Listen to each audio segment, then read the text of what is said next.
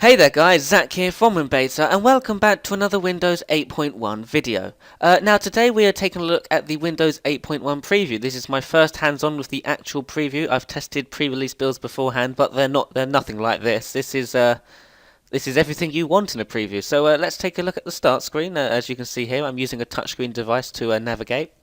And straight off the bat, you probably noticed that there's new tile sizes. Now, to customize the start screen, instead of holding down or flicking down on a tile, you just hold it like in any other platform, and you get entered into this new customization mode. From here, you can change the sizes of your tiles or move them about. So if I want to change the size of this tile, the Internet Explorer tile, I just highlight it as it's already highlighted here, tap on it, and tap on resize to medium or small. As you can see here, the new small tile size is available in Windows 8.1, as well as the big tile size, which we can show here with the desktop app.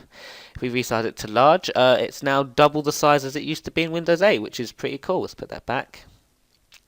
You can also name groups, so if I name this the home group, and so on, that's now home, and so on.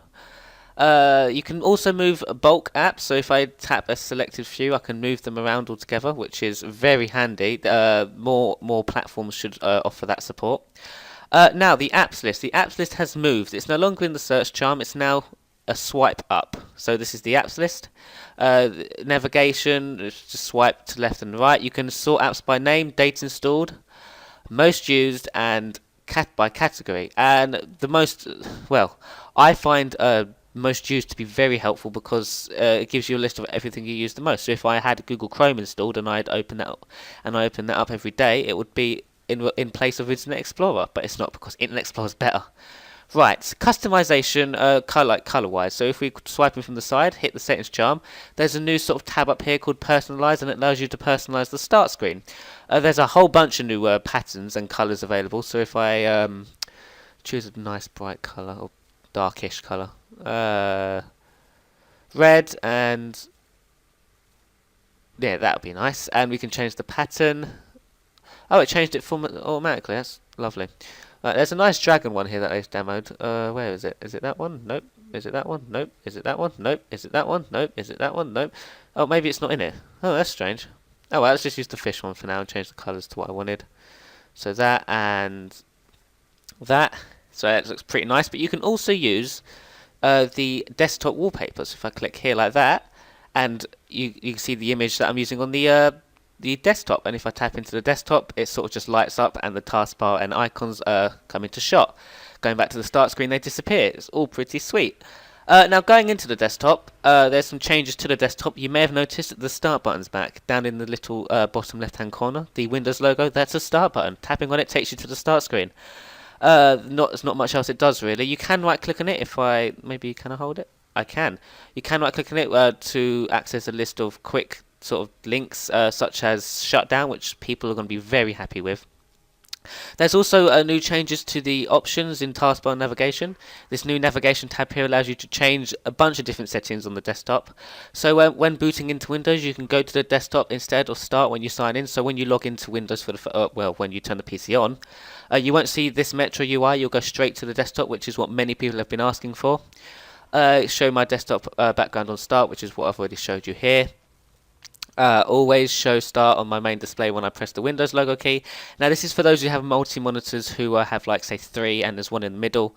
If I tick that, every time I press the Windows key, the Metro UI will come up. The start screen will come up on the middle display and not on any other display. You can also show apps automatically when I go to start. Now if I tick this and apply it and press start, I won't see the start screen, I'll just see the apps list. And this is going to be very helpful for those who don't like the start screen. This is very Windows 7-like, it's just a full screen start menu. You hardly ever have to see the start screen. Just tapping on the Windows key takes you straight to and from. The only way to get to the start screen, I mean, I don't even think, does this work? See, even touching start from the charms doesn't bring you to the start screen. The only way to get back to the start screen is by swiping up. Many different types of people will be using that setting. I'm not sure who, because I'm not going to be using that. I do like the start screen. And you can also list desktop apps first. So if I did have this on and these two on and press start, you'd get all your desktop apps, except it hasn't worked. Oh, it has worked. Here's control panel stuff. So more exactly like Windows 7 practically. So let's turn those off. So on. Now you can also change corner navigation. So when you're using a mouse, you can mouse up into the top left and bottom left, as well as top right and bottom right. You can turn those settings off and so on. You don't need to see those because I don't have a mouse plugged into this machine. Now the actual settings app has been sort of given a facelift. Everything's been organized into categories, and within those categories are more options. So in PC and devices, you get lock screen, display, devices, mouse and touchpad, typing, corners and edges, power and sleep, autoplay, and PC info. The lock screen, I can't show you the lock screen because this is actually running on hardware, and Camtasia doesn't like to record lock screens for some funny reason. So yeah, I can't show you that, but there are a bunch of new options here. You can, as per usual, you can add different apps to the lock screen. You can also show alarms on the lock screen now, and you can also have the option to use slideshow. If I turn it on, it'll look at all my pictures, and I can also add folders from, I would assume, SkyDrive. Yes, I can. Not going to do that now though, because there's probably some sensitive information on there. With the slideshow on the lock screen, it just shows you a slideshow of pictures. Right now it's looking in my pictures folder, and if I had pictures in that folder, it would come up on the lock screen. Pretty simple. And camera, if you have this on the lock screen, you can swipe down on the lock screen to access the camera, much like you can on iOS. Now, you might have noticed many of the options from the control panel are now available in the PC settings. So as you can see here, there's devices, which was in a control panel sort of setting, as well as a bunch of others like mouse and touchpad. Most of this here is from control panel, but now integrated into the Metro version of PC settings. Accounts, you get your account. It will look at me, look at my account picture. You can also create an account picture of the People app or the camera. You can also disconnect your Microsoft account here, as well as access more settings online. Sign-in options allow you to change your password and password policies and so on. And you can also add other accounts. SkyDrive. Now SkyDrive is heavily integrated into Windows 8.1. As you can see here, I'm using the free 7 GB of SkyDrive, and you can actually back up to SkyDrive. You can save documents to SkyDrive by default, and just like Windows Phone, you can upload your camera roll to SkyDrive automatically. But hopefully in Windows 8.1 it doesn't take up the other storage space. Am I right? Right. Moving on, you can also automatically up videos to SkyDrive and metered connections and so on. Sync settings. Lots of sync options in Windows 8.1, more than what there was in Windows 8. You can now sync the tiles, the position of tiles on the start screen, installed apps, web browser history, passwords, ease of access, other Windows settings, everything. Anything you could imagine getting synced will be synced in Windows 8.1. Search and apps. Well, search and apps, this is fairly new to the PC settings app. You can clear your search history, use Bing online, change search experiences and all that. Notifications, notification settings are all here. You can quiet hours, which will disable notifications from a certain time, and so on. App sizes allows you to see how big all your apps are on your PC, and so far Mail, Calendar and People, as they are 3 apps, are the biggest apps on this PC. And defaults allows you to change defaults in the system. Go back. Next, privacy settings, like webcam, you can turn webcam on and off and so on. Not much interesting here. Network allows you to connect to the internet via Wi-Fi or an Ethernet port. Radio devices, if you have a radio sort of device in your computer, you can hook it up with this app, with this option here. Proxy settings, home group and workplace, pretty boring settings there. Time and day allows you to change the time and region. Ease of access allows you to turn on and off ease of access settings. You can also change animations in Windows and so forth, and update and recovery. Windows Update, this was available in Windows 8. You can update your PC via Windows Update with the PC Settings app. File history is now also been integrated into the PC Settings app, which allows you to back up files onto a different hard drive automatically, like cloning your hard drive. But yeah, it's a bit it's backing up automatically, put it that way. And recovery allows you to boot into advanced startup, as well as reinstall Windows with your installation disk and so on. Also, you might have seen this up here. There is a search box, and I can search settings. So if I search for SkyDrive, it'll allow me to find SkyDrive settings. Pretty cool. So that was the PC settings app. Now, most of the Metro apps in Windows 8.1 have been given an update. First off, the Mail app hasn't been given an update. I thought it had been. Never mind. Apps that have been given an update, however, is Xbox Music. Brand new UI, brand new user interface.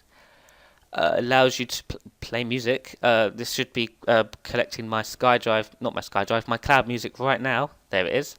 And I can play certain songs. If I tap into an album here and play it, it should start playing. Perfect. But I'm not going to play that because I'll get done for copyright. Radio, you can now create radios with the new music app. So if I create here and enter an artist, it should give a list of artists down here. So if we just add Eminem, it should start playing songs from Eminem automatically without having to download anything. Again, pretty cool. And moving on to Explore, which is like the homepage to iTunes. It allows you to see a list of artists at the top as well as new albums and top albums, so you can see what people are downloading and buying. You can also create new playlists, which is pretty standard, and import playlists from iTunes, which is pretty cool. You can also search. If I search for a song, if I search for Still Alive and press enter, it should give me a list of songs that are called Still Alive, and so on. The Xbox Video. Now, this is supposed to be getting an update, but it doesn't seem to have been given the update just yet, which is quite disappointing, so we won't be looking at that today. Was split screen. If I open up one app here and open up another app, let's open up the Help and Tips app, I can now pin, split two Metro apps evenly on the screen, or I can actually move it to different sort of areas instead of having it just like 2680, whatever it was before. So much better now. Great for power users who need to use more than one app on the screen at one time. And if I was using a bigger monitor, I'd be able to have more than two open. I could have 3 or 4 or 5, which would be pretty cool. Now the Store app has been given a facelift, a much needed facelift as well. Much better to use now. Featured area here allows you to swipe through all your all the featured apps. Tapping on it will give you the product page or the app page, where it allows you to install and see ratings and other featured apps. So if we install this app here, you may notice that it doesn't install to the start screen. And now this is because in Windows 8.1 the apps are installed to the apps list. And with the option up here to select by date installed, you can see the app you just installed and quickly pin it to the start screen. This is because Microsoft want your start screen to be more like a hub for your favorite apps and not just a home screen for all your apps, which makes sense if you think about it. Now, the Weather app, as you can see here, has been given a fairly big update. It now supports the new large tile size, which is pretty cool. And what else is new?